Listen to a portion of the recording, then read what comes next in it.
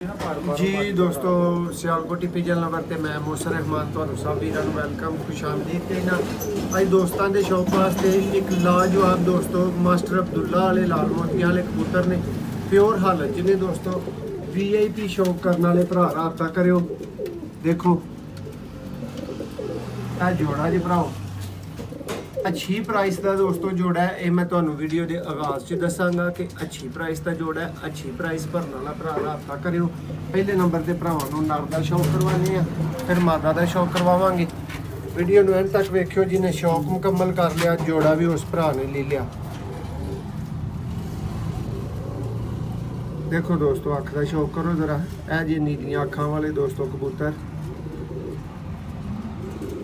Pure Sialkoti दोस्तों master Abdullah वाले लाल मोतियां वाले कबूतर। पर देखो इन्हों का कितना ट्रांसपेरेंट दोस्तों पारे बहुत ही लाजवाब किस्म की बनतर है। नर दोस्तों नवियां कनियां कढ़ रहे हैं। पंजे का शौक करो। और यह दोस्तों नर फ्रंट तो जी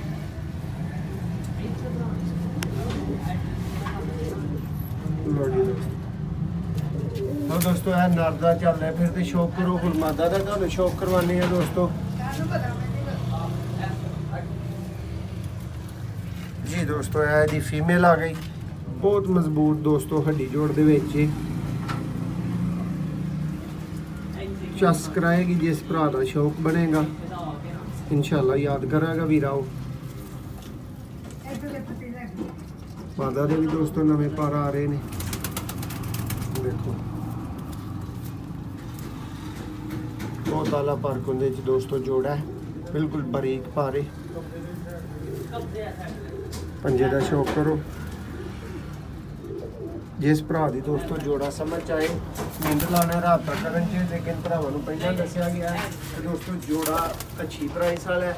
सिर्फ वही भरा राबता करे जिन्होंने अच्छी प्राइस कबूतर अच्छे लगन जिदा दिल अच्छा मने वो ही राबता करे। बहुत शुक्रिया। अल्लाह हाफिज़।